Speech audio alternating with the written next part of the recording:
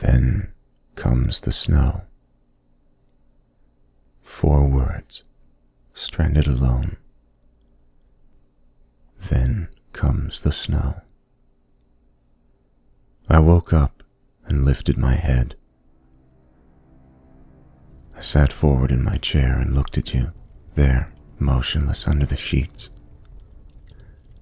For the 100th time, I feared you had finally succumbed and died. Only this time, I wasn't wrong. I called to you, louder and more afraid each time. When I was certain, I sat back again. I wept silently, the tears of one who is remembering a pain rather than living it. But you had been lost all this time. The day you were confined to that bed, I had already lost the one I loved. Today was not the day you left. It was only the day that I finished saying goodbye to you. I never touched you after that. I remembered how your touch felt. You were yielding and warm, and that was how I would remember you.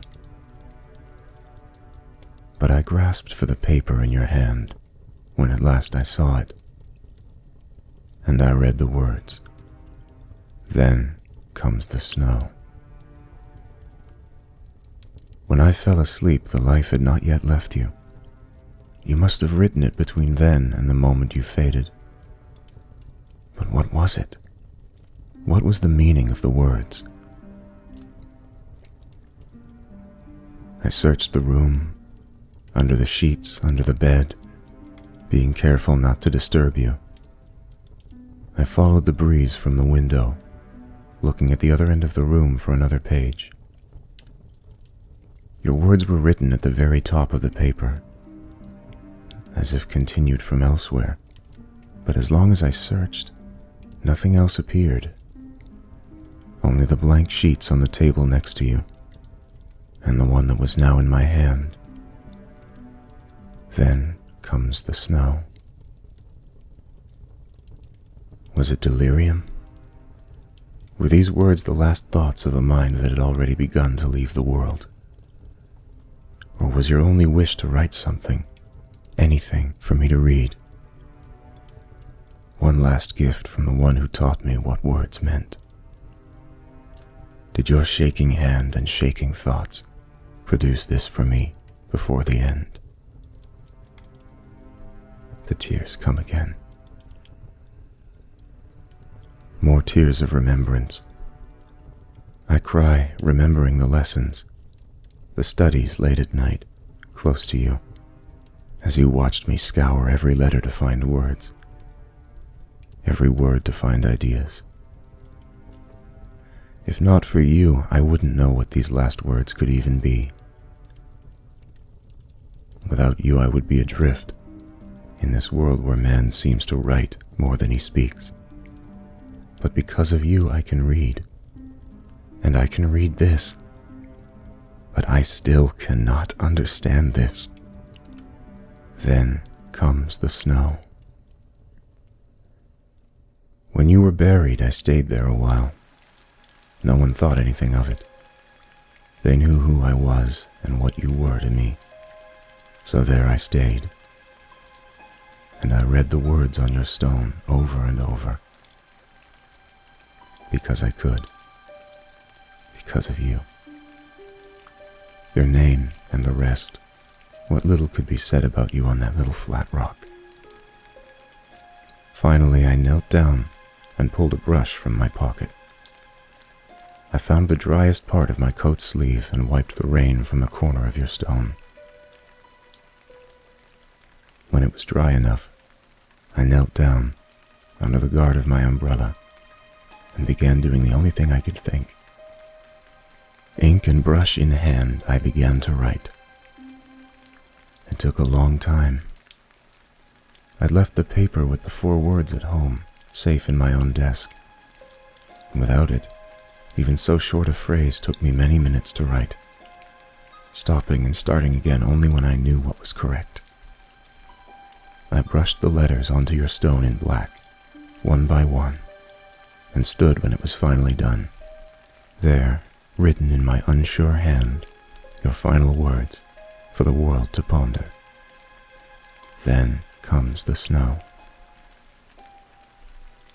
I sat, taking care not to allow the rain to touch the ink as I found my seat. I waited there, testing the ink every so often, and continued to wonder. Had you said them to me? Had I said them to you? They meant something to you, or you would not have written them. For as long as it took for my work to dry, I sat and wondered why I could not remember. When I was home, I found the paper again and sat with it. I read it over and over, inspecting every stroke. Your handwriting was something I had always admired. For me, writing was a trial, and for you, it was an art. But the meaning escaped me and so drove me to discover it. I searched my desk, and I searched yours. All of our lessons, all of my practice, all of your demonstrations, your lovely writing was uncovered. 3 short and beautiful years, the time we'd spent together, being uncovered and relived in reverse.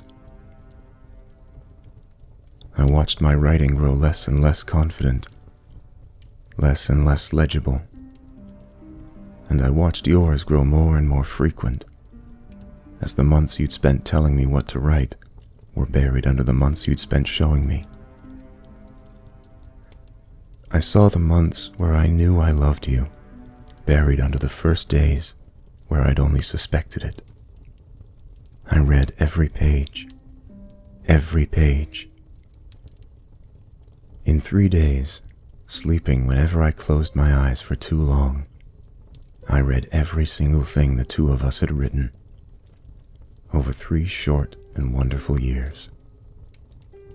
And then, I came to it. The end of the papers. The first thing you'd ever written for me. The first lines you'd ever shown me.